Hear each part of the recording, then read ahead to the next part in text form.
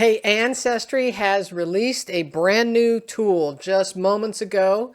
It is over here in the Pro Tools. Now, if you don't have Pro Tools, stick around. You get an inside look at what it looks like. So it is called Ancestry Networks, and it is in beta. And if we click through, we can see some of the networks that I have already created. I'm going to show you all about it. Stick around. Let's get started.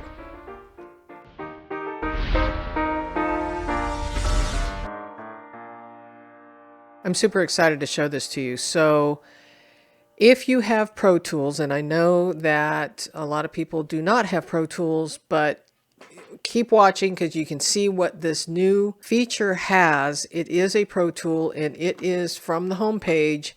It is over here in the Pro Tools shortcuts, and it is right here where it says Networks.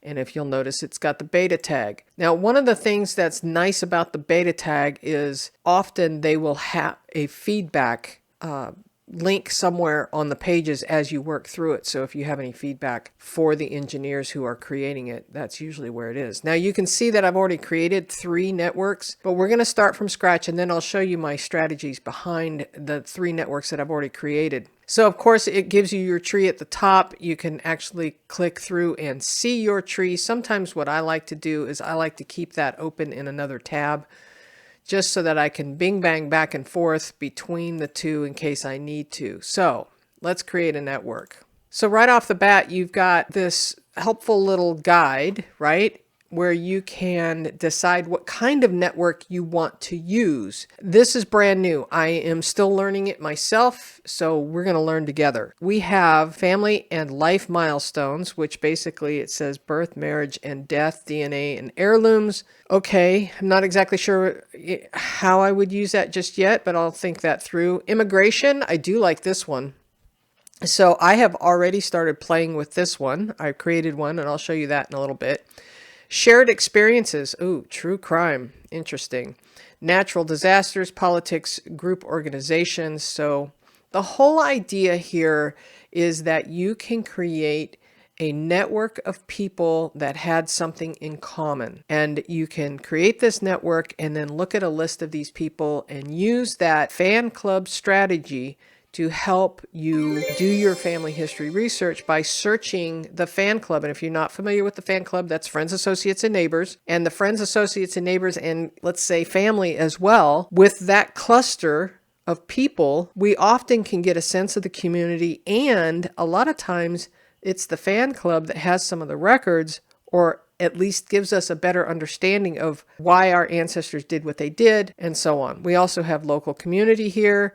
I have played with this one as well. I'll show you that. We have religion, which is another one. So this might be local congregations or church groups. School and work, students, educators, classrooms, clubs, job, occupation, and industry. We have enslavement. So this might be a group of people that were enslaved and working on the same plantation together, or including maybe the owner of the plantation, etc. So there might be some interesting opportunities there. Atrocity and displacement, indigenous, natives, peoples. So this might be something along the lines of the Trail of Tears, where people were being moved. Interesting. Military, American Revolution, military base, Civil War, etc.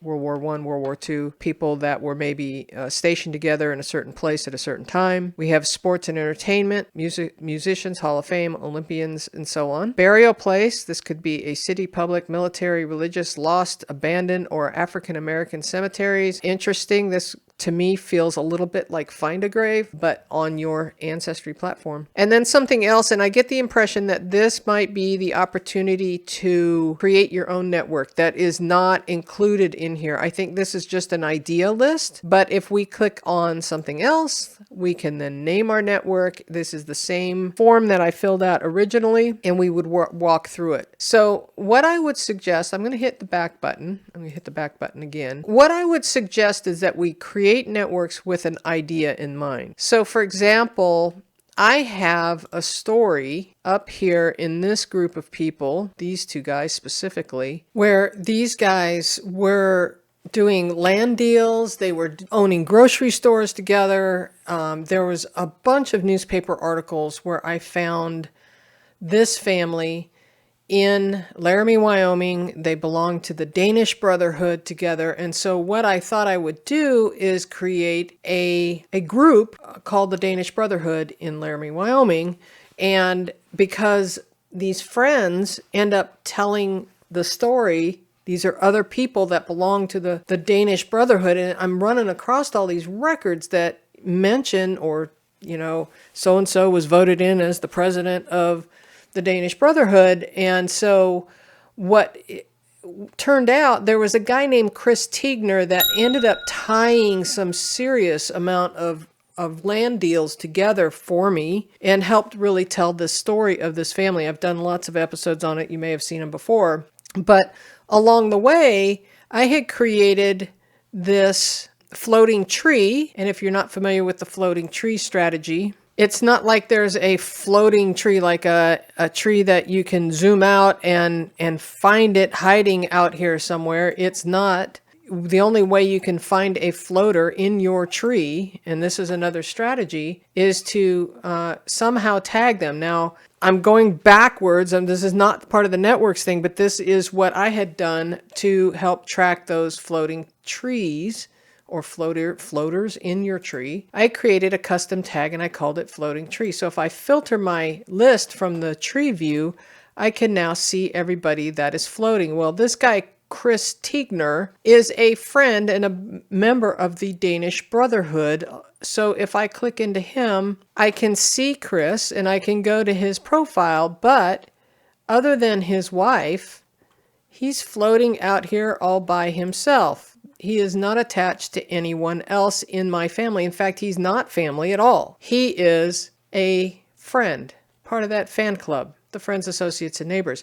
Now, why do I do this? Well, I kept seeing this guy pop up in newspaper articles over and over again. And I'm like, who is this guy? So that's when I started researching him and a little bit about him. I even created research notes for him.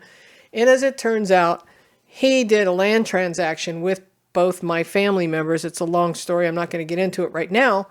But what might be fun is to create a network of the Danish Brotherhood. Then I don't have to use this floating tree thing, although I probably would because I like using the floating tree strategy. And so I could even create a network of floaters. That would be interesting. And the tree tags thing works just fine for me for floaters, but that is another idea. And so, long story short, I'll give you the quick and dirty on the floaters. You attach them to your family somehow. It doesn't really matter how, and then you immediately disconnect them so they float on their own. But the trick is, before you close the window, is to give them a tree tag, and you have to create a custom tree tag. When you're in the custom tree tags, hang on. You need to go over to their profile, and when you're in the profile, you can then add a tag by clicking this pencil icon and then hit edit, and then you can add or create a custom tag from here and do it that way. But that's not the networks thing. If you'll notice down here at the bottom, we can create a new network from here, or we could create it from the networks tab in the Pro Tools area. So if I wanted to create a new network right here, it's going to take me back to that same screen. It really doesn't matter, I don't think, what we pick here. It's all going to come down to the same type of form that we fill out. So I'm going to call it the Danish Brotherhood, and I'm going to say Laramie, Wyoming. And I could give it a description. For now, I'm not going to. So now I've added Chris Tiegner directly to that because I was already in his profile. Create the network. Bada bing. Danish Brotherhood is created. And it's under something else. I'm just going to go verify that. So here I am in the back on the tree. And if I click on his mini profile, ironically, you don't see the networks here. I don't see it here, so we're going to have to get into his profile in order to see the network attached to him. It kind of acts like a tag, but it's really a network down here. So let's go back over to the networks. I am going to explore the network. Okay, So now the only person that's in here is Chris Tiegner, but I could add, now this has got to be somebody from my tree, or I could add a new person right here. So if I'm looking like at a passenger list or something, I could be adding new people right here, which is, it is interesting. So if I want to put Christopher Madsen in here, who was part of that, oh, sorry, I messed up. I got to choose somebody from my tree. Now I can go Christopher Madsen's right here. And then I hit save. And now he's been added to the tree. And now if I want to go and add Herman Madsen, his son, oh, I did it again. This is how you accidentally add new people. Herman Madsen, there he is. Save. And so now I have these three guys as part of this network. Okay.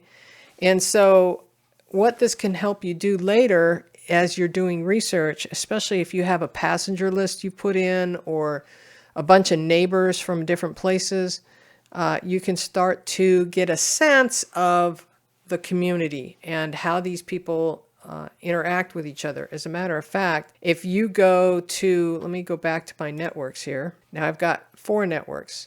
If I go and look at this network, this was Randolph County Quakers, right? So what I did was I went and created a list of some people that I knew to be Quakers, and I actually did not finish this. This has a whole lot to go. Now, one of the things that you can do here is you can add media. So let's say there is a Bible that has a whole mess of people in it. You could add the media right here that has the list of people that shows the Bible record, right? And then all the people in your tree that are from that Bible. That might be a great idea. They also have the ability to add sources. So here I have added a Quaker meeting record. We can drill into that and dig a little deeper. And I can have this meeting record specific. So now I have a source added to that network, which is kind of nice. Hey, we're going to get back to that video here in just a moment, but I want to let you know that Genealogy TV has a website, a newsletter, and a Facebook page. Links for all of that are in the show notes below. All right, let's get back to it. So you can also add stickies, which is like sticky notes. I'm not sure yet how I would use that, but it's there. This is kind of fun. The possibilities are endless. One of the suggestions I was making in Ancestry, if you're listening, I would love it if you would do this, is to be able to cross-pollinate. So if we took Randolph County residents from the 1860 census, this is a bunch of neighbors that I put together. You can see I put a bunch of neighbors from the 1860 census that had the same last name, whether they were in my tree or not. And I went and put them into the Randolph County, North Carolina, 1860 neighbors. I should have wrote census there. But what's interesting is I would think it would be really fun if we could then take the Quakers and cross-pollinate with the Randolph County, North Carolina, 1860 neighbors and be able to create a new network for people who appear in both networks. And create a third one. I can see that being a really great opportunity if we're working with DNA cousins that might be crossing over in different branches. I don't know. It's a whole new world. So that is kind of where I'm going. And so let's go look at the networks again. I'm going to refresh this page. So now we've created 4 networks and we can sit and play with that. We've got the Danish ancestors over here, which is not the same as the Danish Brotherhood. This network I created from an immigration list. And it even says the Danish ancestors who either immigrated to the United States or lived in Denmark. So in my tree, that is a bunch of people that I knew of from my family tree. And so there's a lot of other tags that we could add to this if we wanted to. The only thing I don't see yet is the ability to attach a source to everyone in the list, which would be really nice, Ancestry. Put some check marks over here and let us attach a passenger list, let's say, and let's say half the people in this network travel together on the same ship. So it would be really nice to be able to do that. So it's possible maybe that we could, add more filters and create a custom tree tag that says, the SS whatever ship and tag all those people that way as well. So there's a lot to play with. So I think it would be fun. I think this is a great ability to be able to choose files. It says add from the tree gallery. Interesting. Or I guess I can choose files from my own computer. Okay, good to know. But I don't know that it attaches to every person. So this clearly has some great opportunities. You know, my mind is kind of starting to get wrapped around this. If you have started to play with this and you've got some great ideas, please put it in the comment section so we all can learn together. This is so new that we're just starting to figure out what we can and cannot do with this. Now, you know, there are some limitations. Obviously, you have to be a Pro Tools member in order to use it. If that is something that's of interest to you, go for it. I think it is great. Again, it is still in beta, it is still under development. I know I've already filled out surveys for Ancestry about what I thought of it and what, you know, possibilities I could see for it. So, you know, I think it is a good thing. One other thing, I have created a handout for this for the channel members, the Patreon members, the Academy members. And so links about that are in the description box if you want to learn more. All right.